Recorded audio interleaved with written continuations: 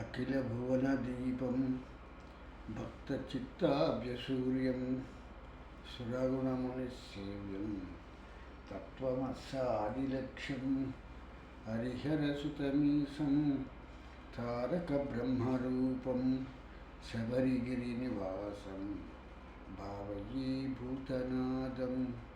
స్వామి శరణమయ్యప్ప. ప్రేమైన ఆత్మబంధువులారా, ఆశ్రితుల వారి సౌజన్యంతో మనం ఈ భక్తి అనేటువంటి ఈ కార్యక్రమాన్ని మనం ప్రారంభించుకున్నాం. ఈ యొక్క ప్రారంభించుకున్న కార్యక్రమంలో మనం కథలలో ఉన్నటువంటి అంతర్భాగాలని సాధ్యమైనంత వరకు మనం తెలుసుకుంటూనే ఉన్నాం. ఈ కథలు అనేటువంటివి అన్నీ కూడాను ప్రారంభంలో ఎక్కడ ప్రారంభమైనా కూడా కథలన్నీ కూడా కంచికి వెళ్ళిపోయి అక్కడే ముగుస్తాయి అని చెప్పేసి మా పెద్దవాళ్ళు మనకు స్వామి చెప్తూ ఉంటారు. అట్లాగే ఈ రామాయణ భారత భాగవత మహాకథలు ఇవేంటంటే కథాగమనంగా వింటూ ఉంటే కథలుగా ఇవి ఖర్చుకెళ్ళి ముగిసిపోయేటువంటి పరిస్థితి లాగానే ఉంటుంది. ఇక్కడ ఈ ఒక కథలో మనం వేదాంతాన్ని ఉపనిషత్తుని ఆధారం చేసుకుని మనం వాటిని వినేటట్టయితే అవి కంచిలో ముగిసిపోవు అనేటువంటి విషయాన్ని బాగా తెలుసుకోవాల్సినటువంటి ముఖ్యమైనటువంటి విషయం. ఇక్కడ ఒక ఉదాహరణగా చెప్పేటువంటి కథ ఏంటంటే గజేంద్ర మోక్షము అనేటువంటి ఈ యొక్క గజేంద్ర మోక్షం అనేటువంటి ఈ కథ. ఇంద్రజమున మహారాజు అనేటువంటి అతను వైష్ణవ భక్తుడిగా ఉండి విష్ణువును ఆరాధిస్తూ ఇతను ఆ ఒక్క విష్ణువునే పూజిస్తున్నటువంటి సమయంలో ఒక ఋషి రావటము, ఆ వచ్చినటువంటి ఋషి ఆయనకి అతిథి సత్కారాలు చేయలేదని చెప్పేసని ఈ ఇంద్రజమున మహారాజును శపించటము, నువ్వు మాకు అతిథి సత్కారాలు చేయలేదు కాబట్టి నువ్వు ఏనుగుగా ఉండిపో అని చెప్పేసని చెప్పటము, ఆ ఒక్క శాపం ఇవ్వటము జరిగింది. ఇది కథాగమనంలో జరిగేటువంటి విషయం.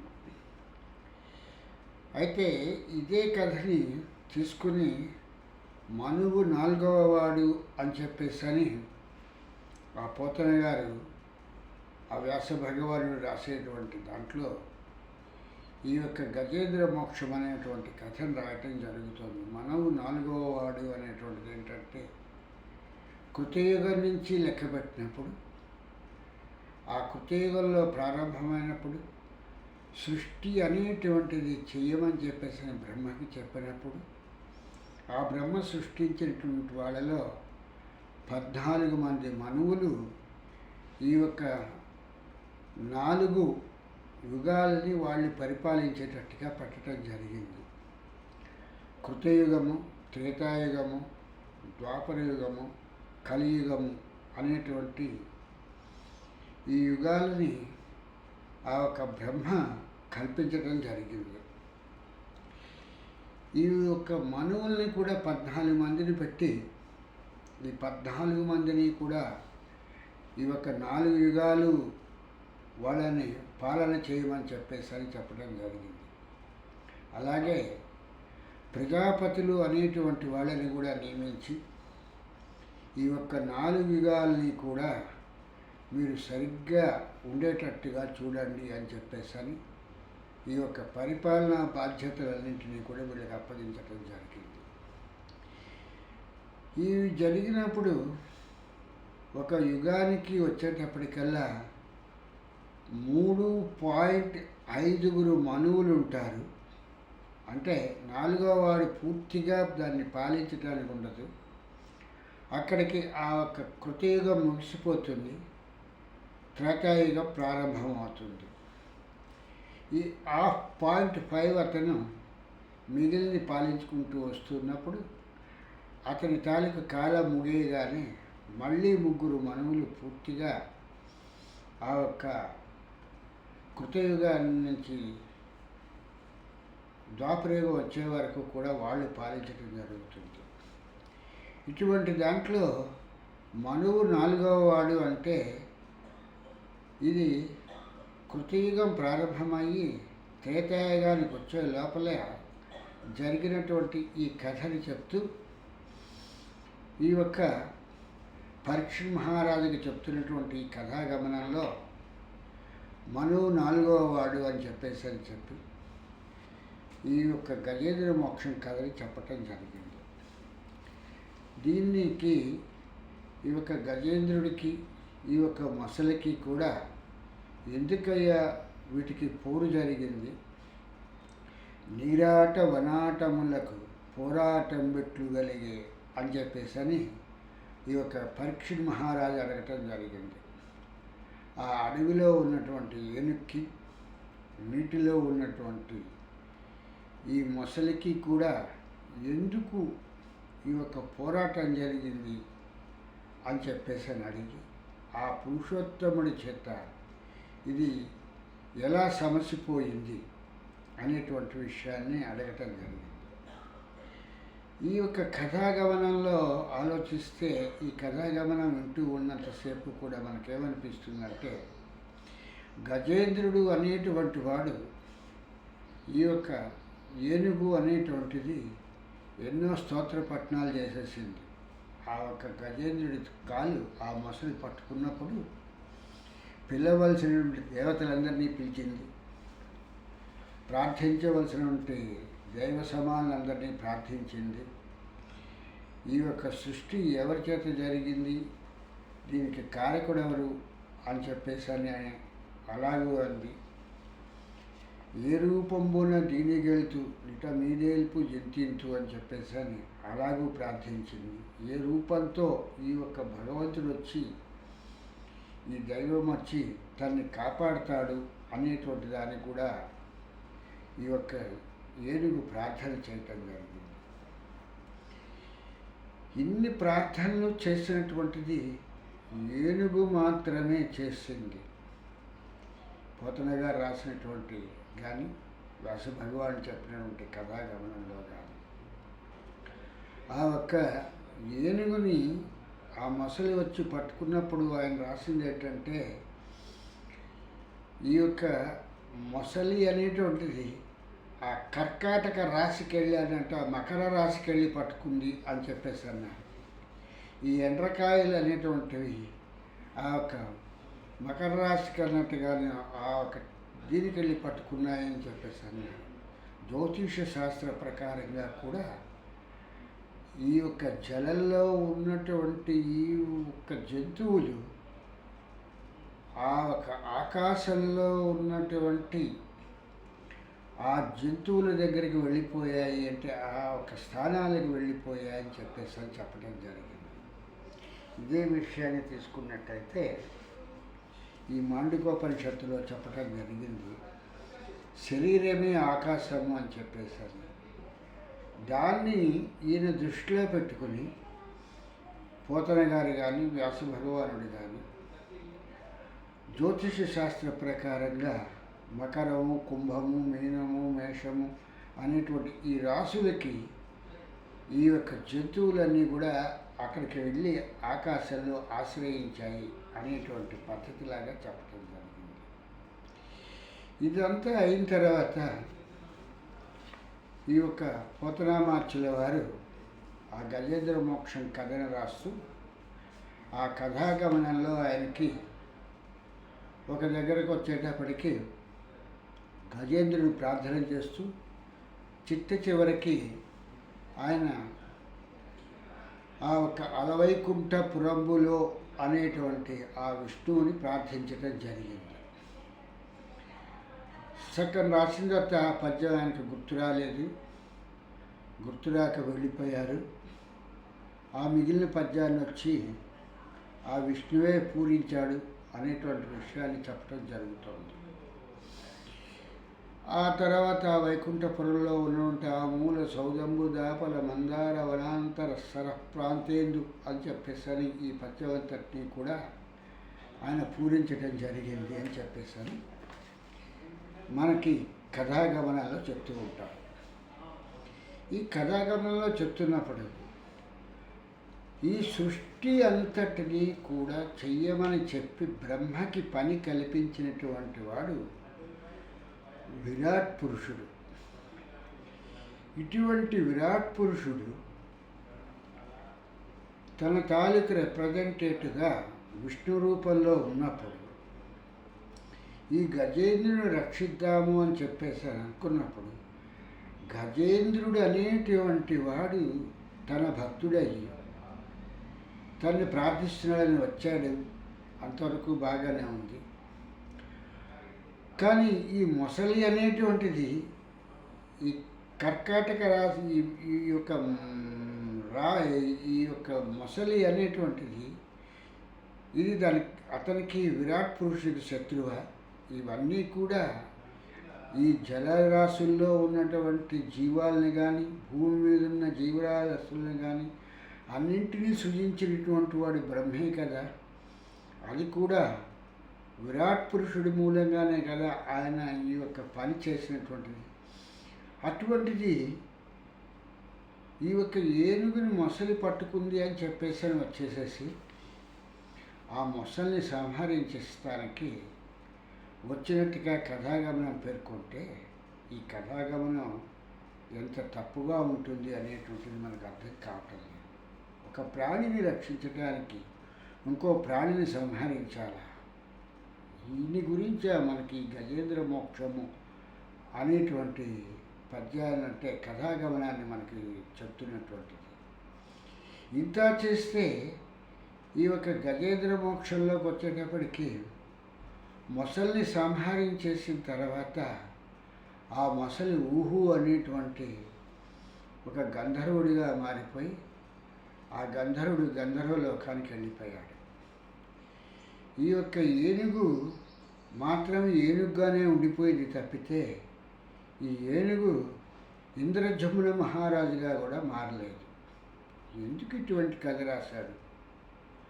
ఆ యొక్క వ్యాస భగవానుడు ఎందుకు ఇలా రాశాడు?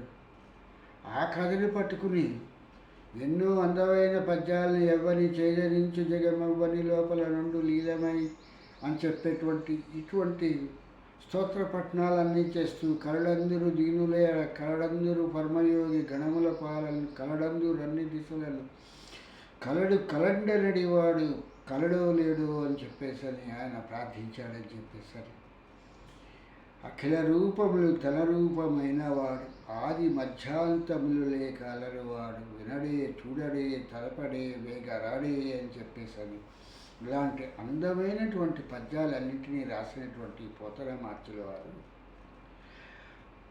ఆ ఒక మహావిష్ణువు వచ్చి ఆ ఒక మొసలిని సంహరించేసిన తర్వాత మొసలి ఊహు అనేటువంటి గంధర్వుడి కింద మారిపోయి తన తాలూకు గంధర్వలోకానికి వెళ్ళిపోయిందన్నాడు.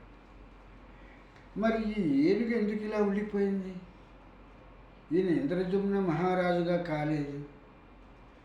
మళ్ళీ ఈ యొక్క ఏనుగు కూడా తన స్వస్థమైనటువంటి దేహానికి అన్నట్టుగా నా ఇంద్రజమున మహారాజు స్థితికి ఎందుకు రాలేకపోయింది?